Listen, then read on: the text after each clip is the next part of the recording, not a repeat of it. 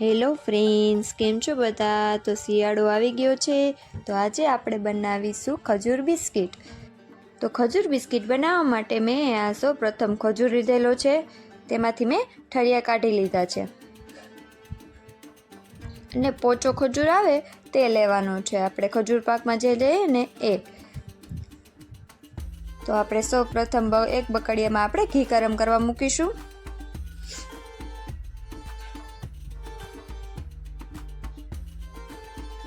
મેં અહીંયા 3 થી 4 ચમચી ઘી લીધેલું છે.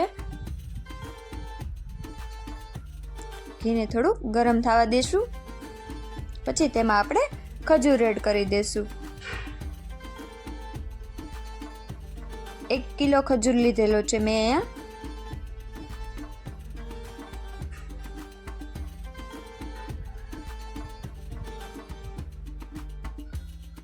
બધું ખજૂર નાખીને હલાવીશું આપણે. ગેસની ફ્લેમ મીડિયમ રાખવાની છે, એટલે ચોટી ન જાય. એને પછી હવે ચમચાની મદદથી કે તાવીથાની મદદથી આવી રીતના આપણે મસળી દેવાનું છે,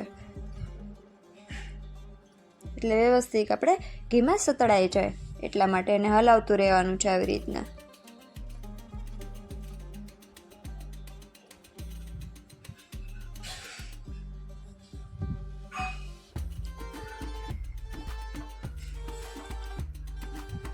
આવી રીતના આપણે હલાવતું રહેવાનું છે. ઘીમાં તેને સારી રીતે સાતળવાનું છે.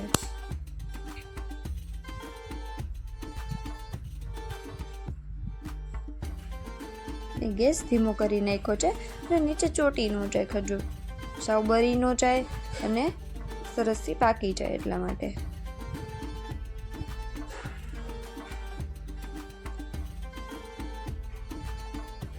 આપણો ખજૂર સતળાઈ ગયો છે. હવે તેને આપણે કાઢી લઈશું.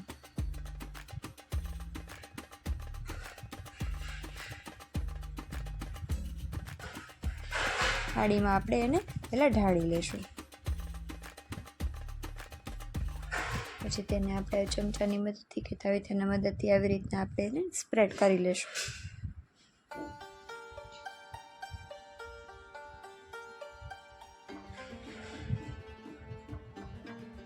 એટલે થોડો એવો ઠરી જાય. બહુ નથી ઠરવા દેવાનો, થોડો થોડો ઠરવા દેવાનો છે, નહીંતર આપણા બિસ્કિટમાં ચોટે નહીં એટલા માટે. તો આપણો ખજૂર ઠરી ગયો છે. હવે મેં મેરીગોલ્ડ બિસ્કિટ લીધેલા છે, તેમાં આપણે ખજૂરને આપણે સ્પ્રેડ કરી લઈશું. આવી રીતના બિસ્કિટ લેવાનું છે અને તેમાં આપણે ખજૂરને આપણે સ્પ્રેડ કરતા જશું. હળવા હળવા હાથે કરવાનું છે, એટલે બિસ્કિટ પણ તૂટી ન જાય અને સારી રીતે આપણે બિસ્કિટમાં સ્પ્રેડ પણ થઈ જાય.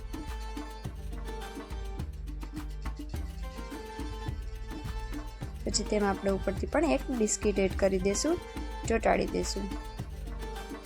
પછી તેમાં આપણે ઉપરથી પણ ખજૂર આવી રીતના સ્પ્રેડ કરી લઈશું. જેવી રીતના આપણે એક ચોકોપાઈ જેવી ચોકલેટ કરીએ છીએ એના જેવું સેમ ટુ સેમ થઈ જશે.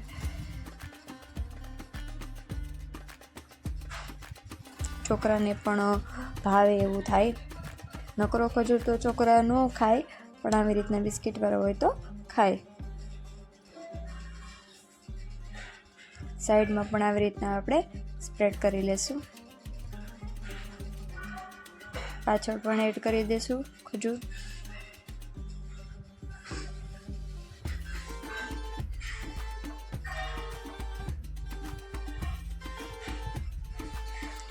તો જોઈ શકો છો આપણું મસ્ત એવું ખજૂર બિસ્કિટ રેડી થઈ ગયું છે, ચોકલેટ જેવું. તેમાં આપણે ટોપરાનું છીણ એડ કરી દઈશું અને સર્વ કરીશું.